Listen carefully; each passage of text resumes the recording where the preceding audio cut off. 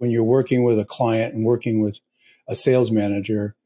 I know it's not one of your favorite things to do, but when you do, what's your approach from that 30,000 foot level? Do you start with the sales DNA, or do you go to competencies, or you back up and go to systems? Where do you go? It's a great question. I think in order to get sales manager buy-in, it's important to start with sales process, because that's something we can collaborate on. That's something we can marry what they've been doing to best practices and come out with a mashup of what they've done and what they need to do that they can say, yeah, that's an improvement.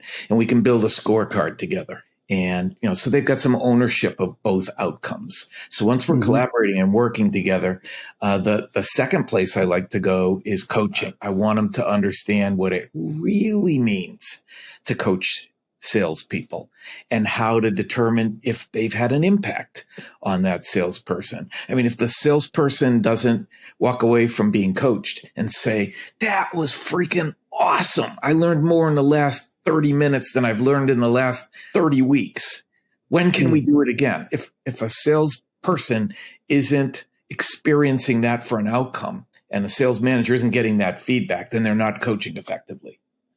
And they need to understand that not their job to come in and save the day and close the business. It's their job to get the salespeople to the point that they can do it themselves and do it consistently and do it effectively. And it's their job to basically replace themselves by developing salespeople who are capable of doing their job, which means they have to get their ego out of the way.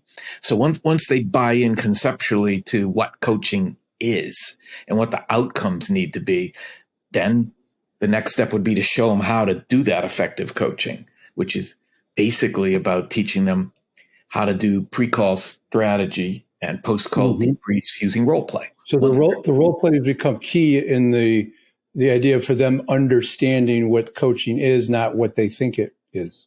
Exactly. Once they've heard a few examples of this is how you coach a salesperson. This is what a good coaching conversation sounds like. This is an example of a good coaching outcome.